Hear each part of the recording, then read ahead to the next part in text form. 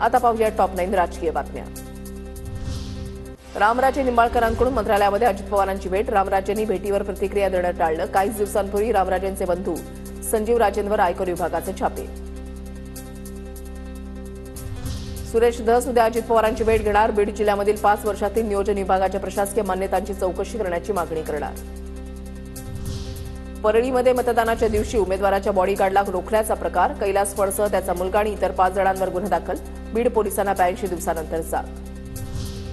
82 दिवसानंतर परळी पोलिसांना जाग आली। कैलास फडवर गुन्हा दाखल झाल्यानंतर दमानी यांची टीका, तर धनंजय मुंडेंना एवढी मतं कशी मिळाली हे कळायला हवं, दमानी यांचा निशाणा।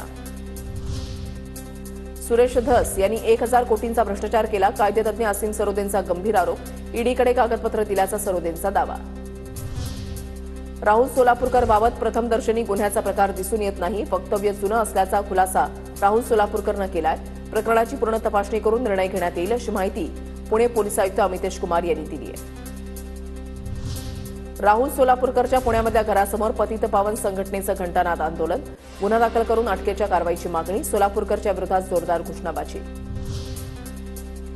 भाजपच्या महेश बालदींची आमदारकी रद्द करण्यासाठी मुंबई हायकोर्टात याचिका। बालदींचा निवडणूक आयोगाला समन्स बजावत भूमिका स्पष्ट करण्याचे आदेश।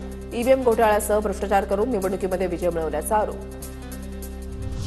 शिवसेना आमदार अब्दुल सत्तार यांना अजून एक मोठा झटका। सिल्लोडमध्ये 14 पुतळे उभारण्यास स्थगिती। मुंबई उच्च न्यायालयाच्या औरंगाबाद खंडपीठाचे आदेश। सुनावणी सुरू असेपर्यंत पुतळे उभारण्यास मनाई।